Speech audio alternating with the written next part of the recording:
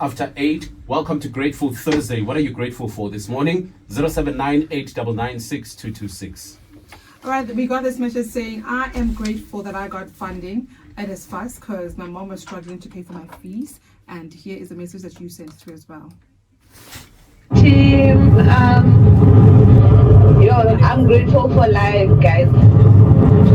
I drive about 70 kilometers to work and from work every day, and I just get home and to work safe. So I'm grateful for that, and I'm grateful for my family. I'm grateful that God has kept us until this far.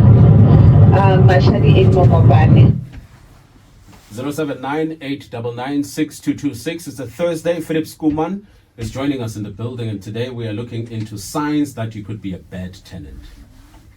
Choose Cash Build this winter for the widest range of building materials, paint, tiles, ladders, wheelbarrows, electrical tools, hand tools, lighting, plumbing, and much more.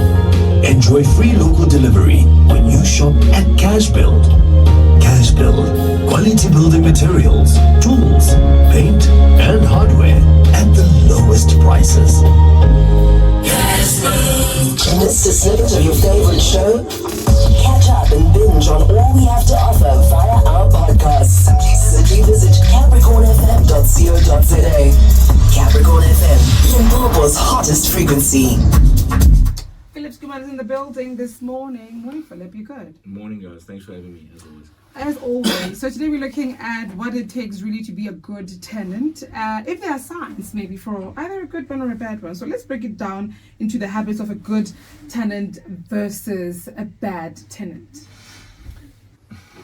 Okay, so this is very difficult because, people's feathers get ruffled when they realize they're wrong. Because we all think we're good tenants. We all think so. And this is the problem. In essence, our basis for comparison differs. What was a rule in my house was not a rule in your house. Okay. How we grew up was different.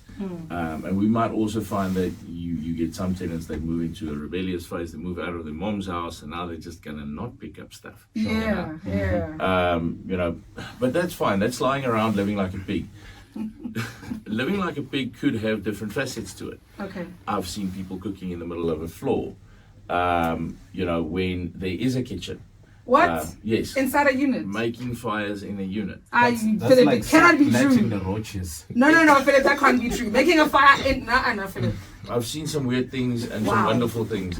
And at the end of the day, it's sort of like an ethics thing. Doing the right thing when no one else is looking. But these people didn't really necessarily feel that it's the wrong thing to make a fire in the living room because there's no electricity or what. Now the tiles are damaged. Oh my goodness. Now, obviously, they don't think ahead that, listen, these tiles are going to need to be replaced. Okay? They don't think that way. And at the end of the day, it just depreciates the value of the property. And now you're not going to find another good tenant because you've sort of been tainted by the previous one. Does it make sense? It does. But Philip, do you think it could be a matter of when people move into rental, like units and whatever, they have that mentality to say, it's not my place? Yes, definitely. There's definitely that. And that is the wrong mentality to go into it with. Because if you think like that, you will never own your own place. Sure. Probably. Yeah. You got to think and do things right because you want to attract the same type of tenant one day. And, the law of nature works that way. You're going to attract what you send out. There's a lot of people that never struggle with bad tenants, and then there's a lot of people that continuously struggle with bad tenants. So it's funny. Also, it plays into the role of, are you a good landlord? Oh, okay. Because we never ask the question, but we do have landlords that don't want to upgrade the unit or don't want to, keep it in a good state of repair. And therefore, your tenant starts definitely feeling like, my landlord doesn't care for me, so I'm not going to care for my landlord. Now another tile breaks, it's like, meh. Another one breaks, meh. And then at the end, they try and get away with paying nothing for deposit. We find this a lot with clients that are renting privately. They'll call me for advice, and they'll say, you won't believe what my landlord did. I'm like, who are you renting through? No, it's a private deal. I'm like, sure. See? Oh, you negated to use a professional early on, and now you need the help of a professional for free. Am I understanding correctly? Yeah. But it happens quite a bit, and you find that it's not always the tenants. It's a lot of the times it's the landlords that are bad, and usually the bad landlords are the ones renting out privately. Okay, because the agent would have given him a lot of appeal during the time, saying, "Listen, this is, So it's sort of like people tend to think that as soon as I've got you into a rental contract, then you're trapped. But people don't think that there's, and they don't realize that there's always a 2-month cancellation clause. If you cannot provide me with the level of habitation that you've quoted me on effectively, I'm unhappy.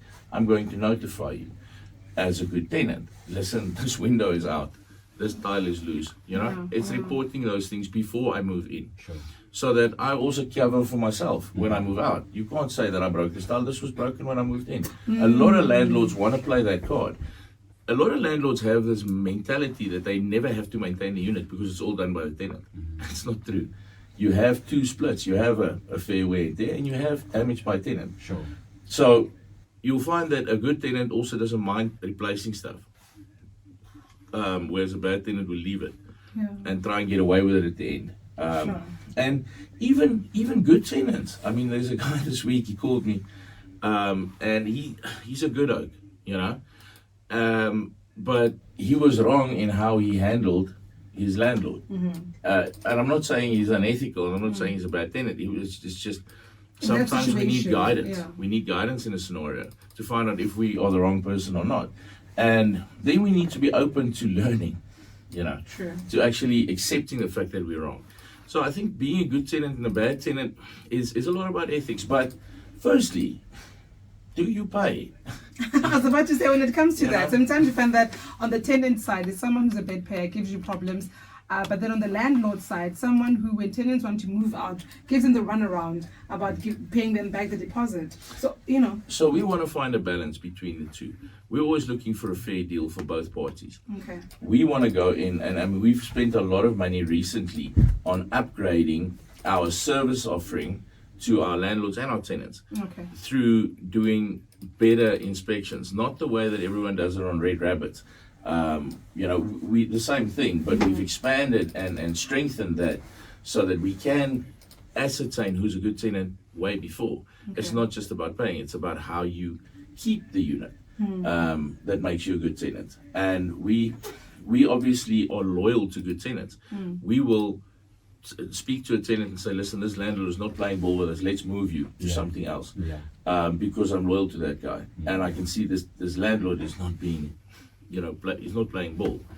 But for the vast majority of cases, the landlords are in good standing, and the tenants are the ones that are, not keeping to the end of the bargain.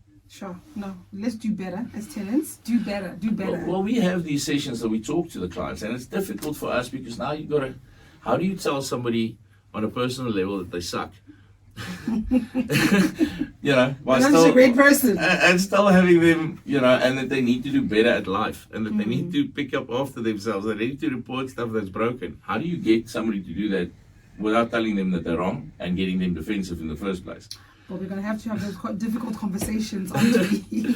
Thank you so much, Philip, for coming through. That's Philip Skuman, broker and owner of REMAX. Thanks, guys.